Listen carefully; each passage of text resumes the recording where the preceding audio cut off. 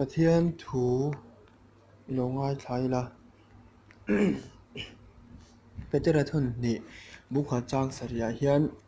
pathian thu toite in longai thlave ang u petera thun ni bukha chang khata tangin kan chiranga chang ni la chang ana chang rukna te po kan chir thlave tlelang chu helai petera thun ni petera thun ni bukha chang khata hian thil tam tak soife tur omama ama ro chu helai hmuna hian pathian nena in lei chin le hi nundan ti te le pathiana tanga chakna kan hmu dan jong te hi akim theng berin a in ziaka chu akim theng bera an soife ang thum don ni e petera thon khat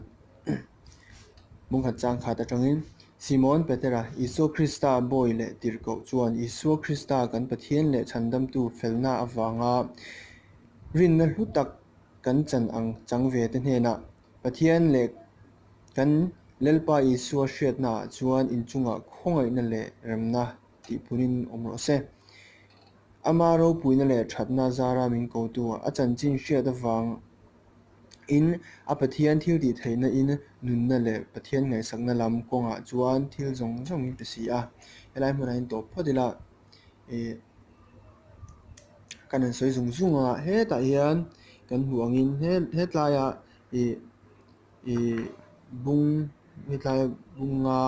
chang sari te chang ria da te chang som a te asoi kan hu kha kan huwa hata khan teimak chua elaya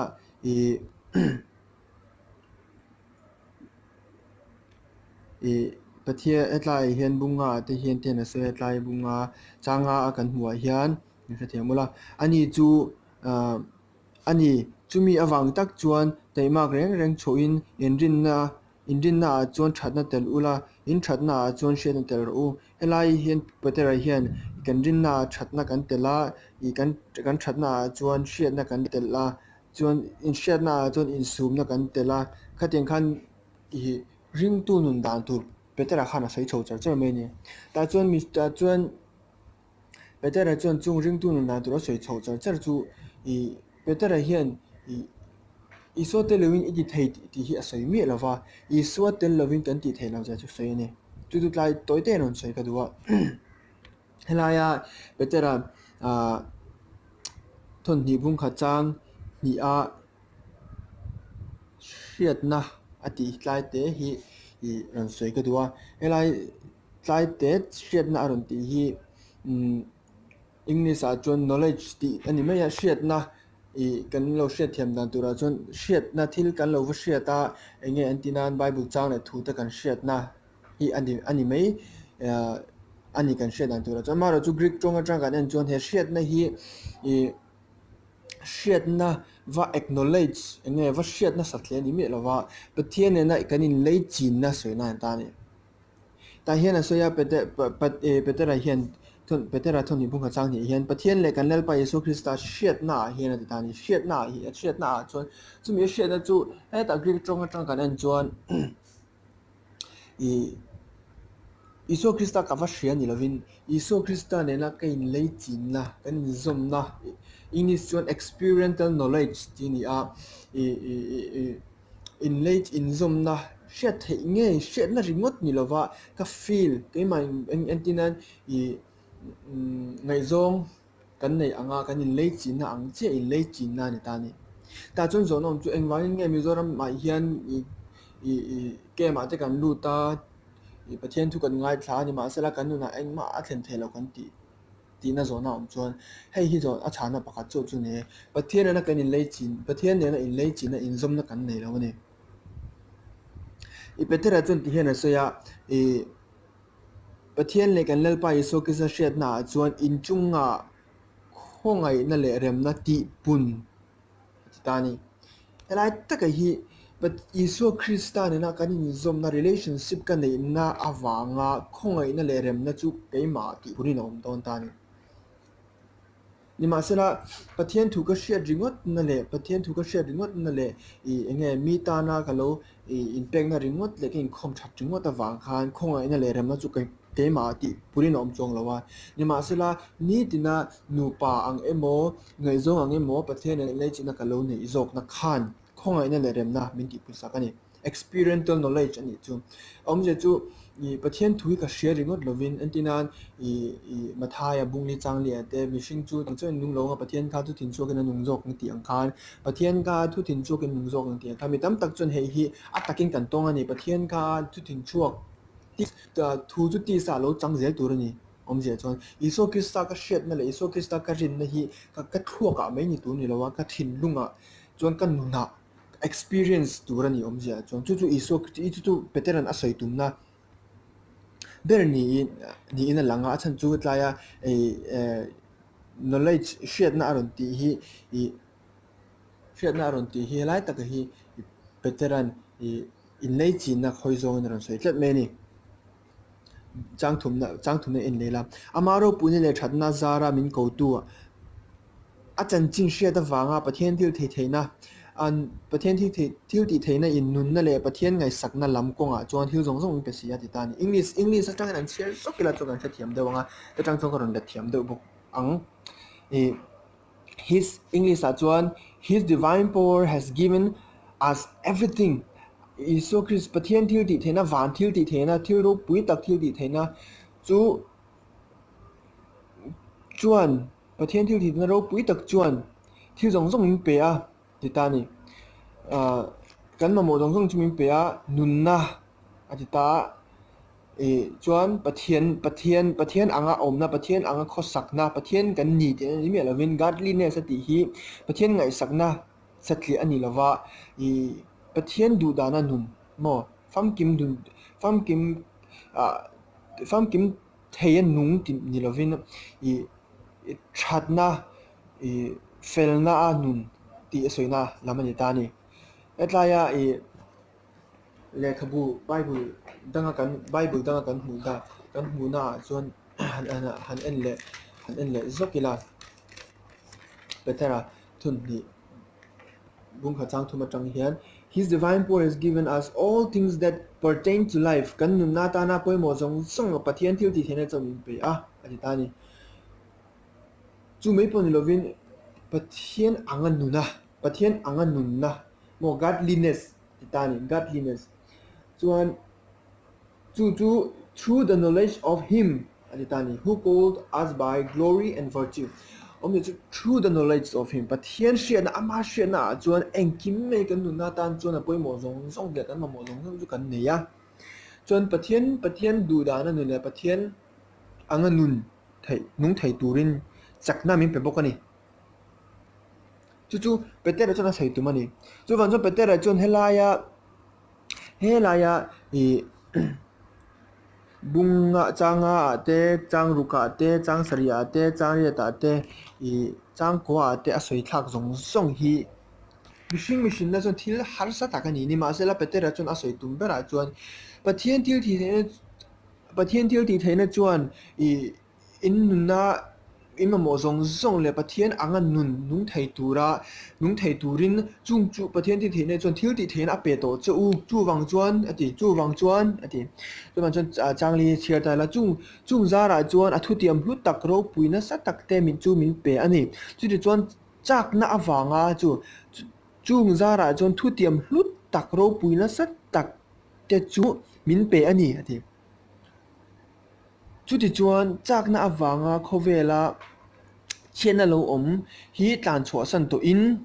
chung thu tiam hlu tak le ro puina sa tak te awang chuan pathian nung chang I trom pui ve thayang beter chu nge soi tum chu enga thil heng I shiat na asoite he laya shiat ti asoite hi shiat satli ani lawa pathian ena kanin lei china kanin zom tlek na ta ni antinan made tinan ngai zong kalo ne ya ka ngai zong chuan ka nun hi du ang tokin a thlak khon min thlak khol sak thei ni a chan chu ka mangai te da wangin ka nun aron thlak thina ani po min mangai te da wangin ka anun ka thlak ve thina ni chu tiang che chuan pathian ka manga ya pathian ne na in le chin na kalo ni tang se chuan pathian du zong chu ka du zong alo ni ve tonga pathian chak zong chu ka chak zong alo ni ve tonga chung in le chin na thatak awang chuan ani I kan rin na chuan mo thatna kan lo tel thei tak ni chuan thatna chuan hriat na kan lo tel ve thei zel ta chung hriat na chuan in sum thei na te kan lo tel ve le zelanga chuan in sum thei na chuan chhel na te kan lo tel ve zelanga chuan chung chung chhel na chuan pathian ngai sakna changru ka tangin changru ka ni ka chiar pathian ngai sakna tel ula ti in pathian ngai sakna chuan unau te hmangai na tel ula in unau te hmangai na chuan hmangai na tel ru unau te hmangai na chuan hmangai na tel ru ti hi I mizo bible a chuan a in ziak sang lo ma ni ma sela sa bible a chuan in ziak sanga ti hian a soya chang sari hian to godliness brotherly kindness ti kindness inge indu sakton na in khongai ton na mo inge rongin bo sakton na angani chu and to brotherly kindness love ati mangai na telin ati chuan chu petera chuan chu nei ru a chu pathian chuan a divine power pe to chu a divine power chuan nang mani mamo zong in nunai mamo zong ape to chawa chu mai pon loin pathian pathian nung chang tom pui theina turin chakna pe to chu ti ta ni chuan he tai hian ti hian a soya petera hian helaya I atoplam panga kan hmuh hian bungkwa changkwa tang hian chiar leila helai changkwa tang hian kan chiar tan le anga tiana soi tu po chung thil nei lo chu middle ani omje chu English Bible a chuan ti hian ziaka for he who lacks these things is short sighted akhomu azimani ati chuan a hnai te mi chu amu theia a man lai so de ten fai sak chu thei ta sia chu wangin unau tu a ko na le a thlan na chu ting he turin tai mak chole zuar u chung chu in ti zongin at engtika ma in tulowang ati ni heng Christian life quality zong hi kan nei chuan engtika ma kan tulowang ati ni engtika ma se chung chu engting kan lo nei tak kan ti chuan hetia mishing in afatuma avanei ni lovin pathian hriatna pathian ne na ain lechin na hriatna satli na ain lechin na tanga chung ti thei chu ni a chen chu iso chuan ke chu grape shui nang ni azarte ke ma lo eng mai ni thei lo tiang che khan pathian ne na ke lechin na atanga chung thil zong beteran soi zong du ti thei che kan ni ta ni chu wan chuan engwang nge mitam takin pathian thu kan sha kan nun pui si lo kan ti chuan kan nun na hian pathian ne na isu ne na in le chin na kan nei lo wang ani chung kan nun na isu ne na in le chin na kan nei lo wang chuan thil tam tak kan to ga thil har tak kan to ga ti chuan nun I shom tak ta te kan lu ta ti chuan pathian thu tho si in pathian nung chang nei chong si lo kan nom ni thin ani chu wang chuan pathian Isu Krista chan chin hria tringot ani lova hei hian a soi tum zo ka chu pathian ne na in lei chin na experiential knowledge mo kavat ton hriat na mo relationship in lei chin na ka ton hriat na tanga ka nei ti na ani chu wan chuan fu in ni hian kan hriat tu chu Isu Krista ka hria ti tok lova Isu Krista na hian ka izomem in lei chin na kan nei yem ti lo poi ta ni chu wan chuan voina hian nga tinge engwangin nge I pathian nun du zong ka nun thei lo I lo ti thin chuan in ngei to la enge iti sual khoila enge itluk sual but chung chuan Isu Krista na in lei chin na dal thei tu omem ở thiên chuan a khong a in hmang ai reng chiang ai dam reng chen ni ma sel nang ma lama khan mo pathian hlat tir tu che a omem ti khangai to la isu krista na in le chin na thatak ilo nei na khan khong ai na le rem na chu ti pun sak non cha tin chu mai ba ka